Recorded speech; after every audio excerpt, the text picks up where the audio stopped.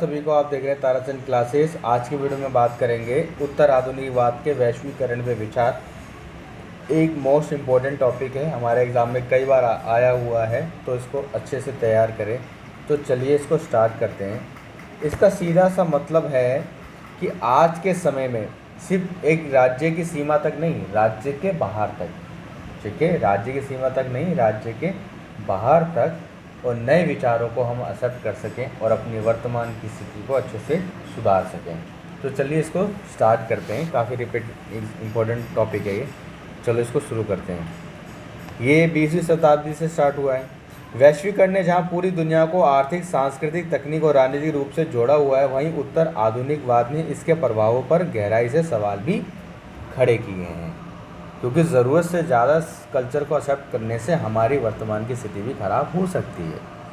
उत्तर आधुनिक विचार वैश्वीकरण को केवल विकास या संपर्क की प्रक्रिया नहीं मानते, बल्कि इसमें सांस्कृतिक वर्चस्व, सत्ता के प्रसार और पहचान के संकट की प्रक्रिया के रूप में भी देखते हैं। क्योंकि जब नए नए लोग एक दूसरे से मिलते हैं तो संस्कृति, कल्चर, पहनावा, ये सब तो मैटर करता ही है।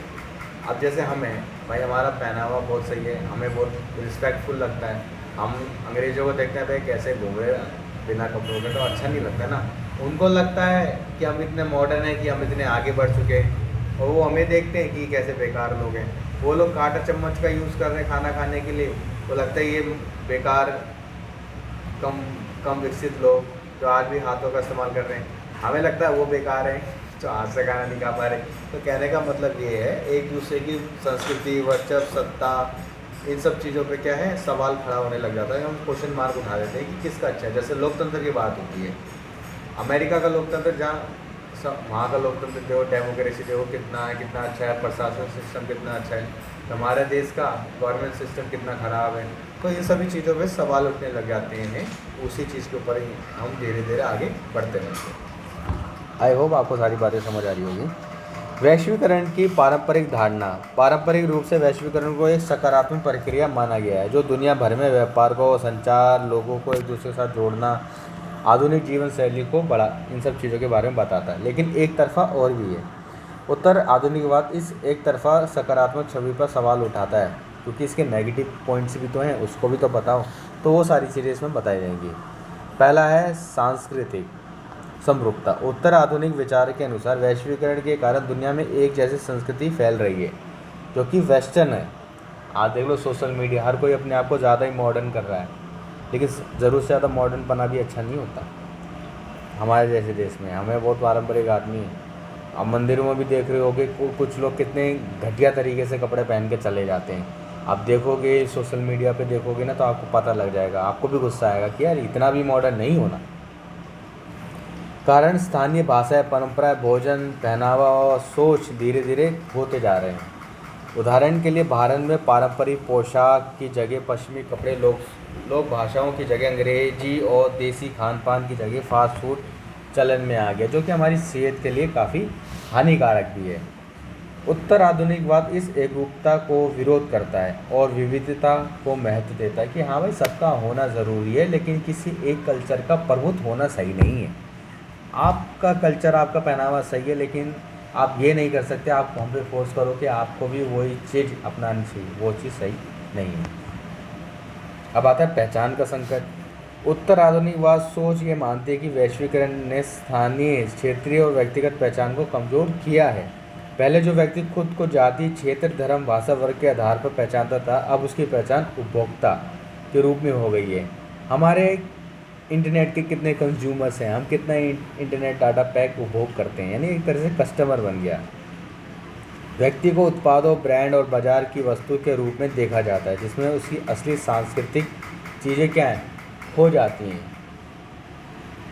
ऑब्वियसली बात है, लोग ये नहीं देखेंगे उस कल्चर के लोग वहाँ रहते, नहीं, कितने नंबर ऑफ पीपल्स रहते हैं, कितनी डिमांड से कितनी सप्लाई होगी और किस तरह व्यापार बढ़ेगा, ये सारी चीज़ें हो जाती हैं। मीडिया और सत्ता का खेल। मिशेल फूको और अन्य उत्तर आधुनिक विचारकों ने भी बताया कि जैसे मीडिया और विज्ञापन के जरिए सत्ता काम करती है, वैसे वैश्वीकरण में मीडिया ये तय करता है कि क्या सुंदर है, क्या आधुनिक है, किस चीज़ को सफल जीवन प्राकृतिक माना जाना चाहिए। खुद देख लो, जैसे अभी इंडिया पाकिस्तान का हुआ था, जो भी हुआ लड़ाई, अमेरिका बीच में आ गया, तो एक तरह से ये रिप्रेजेंट किया ना अमेरिका ने कि मैं ज़्यादा पावरफुल हूँ, वहाँ की मीडिया ने भी ये शो करा कि हाँ हमने दो बंदों के झगड़े को हम मीडिएटर बने तभी ये रिजॉल्व करा पाए, जो कि कहीं ना कहीं गलत है। इसमें हाइपर रियलिटी बनती है जहाँ नकली चीज़ें असली लगने लगती हैं। उत्तर आधुनिकवाद इसे सांस्कृतिक उपनिवेशवाद कहता है, जो कहीं ना कहीं इनडायरेक्टली अपने आप को बिना मतलब को शो ऑफ करता है कि हम बढ़िया हैं। महाकथाओं की अस्वीकृति, जहाँ फ्रांसवा लियोतार के अनुसार वैश्वीकरण आधुनिकता की उस सोच को आगे बढ़ाता है जिसमें एक ही सच्चाई, विकास और प्रगति को महाकथा चलाती है कि जो हम बहुत पुराने हैं, विकास है, पावरफुल हैं, हम ही सही हैं। उत्तर आधुनिकवाद इन महाकथाओं को खारिज कर देता है। हर समाज की अपनी सच्चाई, विकास का अपना रास्ता रहा है और उसका अपना इतिहास, उसका सम्मान करना चाहिए। वैश्वीकरण उन विविध रास्तों को मिटाकर एक ही रास्ता सब पर थोपता है, जो कि पूरी तरीके से गलत है। समझ रहे हो ना? ये जो टॉपिक है एक दो बार रीड करोगे तो फिर अच्छे से समझ आने लग जाएगा। वैकल्पिकता और प्रतिरोध की भूमिका। उत्तर आधुनिकवाद विचारक मानते हैं कि वैश्वीकरण को पूरी तरह खारिज नहीं किया जा सकता, और ये बात बिल्कुल सही है, लेकिन इसकी सत्ता और प्रभाव पर सवाल उठाए जाने चाहिए, ताकि हम ये तो कह सकते हैं कि भाई हमारा जो इंटरनल मैटर है हमें इंटरनली सुलझाने दो, किसी आउटसाइडर की कोई ज़रूरत नहीं है। अगर मुद्दा अंतर्राष्ट्रीय लेवल का है तो जाना चाहिए, अंतर्राष्ट्रीय नहीं है तो नहीं बोलना चाहिए किसी देश को। लोकल आंदोलन, वैकल्पिक मीडिया, क्षेत्रीय भाषाओं को संस्कृति के जरिए लोग इस वैश्वीकरण के प्रभावों का प्रतिरोध कर सकते हैं, यानी कि विरोध कर सकते हैं।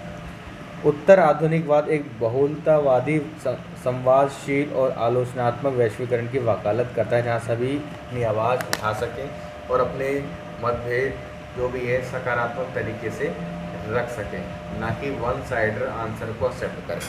ठीक है, अब इसका निष्कर्ष यही है कि उत्तर आधुनिकवाद दृष्टिकोण वैश्वीकरण को ना तो पूरी तरह सकारात्मक मानता है, ना ही पूरी तरह से नकारात्मक। वह इसे सत्ता, संस्कृति और पहचान संकट की प्रक्रिया के रूप में देखता है। और आज खुद देखो कि ज़्यादा मॉडर्निटी के चक्कर में इंस्टाग्राम किस तरीके के दृश्य दिखाने लग गया है। छोटे बच्चों के जैसे फेसबुक के ऊपर भी सवाल उठ गया था कि आप छोटे छोटे बच्चों को किस तरह के दृश्य दिखा रहे हो, उनके माइंड में क्या जाएगा, वो अपना यंग अपने आप को यंगस्टर किस तरीके से अपने आप को देखेंगे। ये चीज़ें गलत है ना। वैश्वीकरण का मुकाबला एक रूप विषम से नहीं बल्कि विविध आवाज़, संस्कृति और दृष्टिकोण के सह अस्तित्व से किया जा सकता है। उत्तर आधुनिकवाद हमें सिखाता है कि हर समाज की अपनी पहचान और विकास गति होती है। अब कोई आगे है तो इसका मतलब ये नहीं कि वो थोपने लग जाएगी तुम इसको एक्सेप्ट कर लो, नहीं भाई। अब जैसे दिल्ली है, दिल्ली एक मॉडर्न सिटी है, यहाँ एग्रीकल्चर नहीं हो सकता ना, रिसोर्स है यहाँ पर ऐसे। अब यूपी जैसे विलेज एरिया है वहाँ पे हैं, तो ये थोड़ी कह सकते हैं यूपी ख़राब है, यूपी जैसा क्षेत्र ख़राब है, हरियाणा जैसा क्षेत्र नहीं भाई। उनका एक भौगोलिक चीज़ें अलग हैं, हमारी मेट्रो सिटी की भौगोलिक चीज़ें अलग हैं, वहाँ अलग रिसोर्स है, यहाँ अलग रिसोर्स है। दिल्ली में क्या तो भाई खेती कर लो, कर ही नहीं पाओगे। तो इसका मतलब ये नहीं कि दूसरा राज्य ख़राब, वो भी अपनी जगह ठीक है, दिल्ली भी अपनी जगह ठीक है। डिपेंड करता है क्या क्या रिसोर्स वहाँ पे, क्या ऑब्जेक्टिव है, क्या उद्देश्य है। ठीक है, हम किसी को ये ख़राब नहीं कह सकते, कोई किसी में अच्छा है तो कोई किसी में ख़राब भी है, तो दोनों चीज़ों को एक्सेप्ट करना ज़रूरी है। तो ये इसके अंदर बताया गया है। किसी एक मॉडल को सभी पर थोपना ठीक नहीं होता, और सच्चाई वैश्वीकरण वह है कि जिसमें लोकल को ग्लोबल के बराबर सम्मान मिले, ना कि जो ग्लोबल स्तर पे प्रभावशाली है उसको ही हर जगह थोपा जाए, ऐसा नहीं। जो नॉर्मल है उसको भी रिस्पेक्ट दी जाए, जो पावरफुल है उसको भी रिस्पेक्ट दी जाए, दोनों को इक्वालिटी के रूप में तोला जाए। ठीक है, तो आई होप आपको ये वैश्वीकरण का हमारा इम्पोर्टेंट टॉपिक समझ आया होगा। मिलेंगे अगले टॉपिक में जिसका नाम है लोकतंत्र, काफ़ी इम्पोर्टेंट टॉपिक है।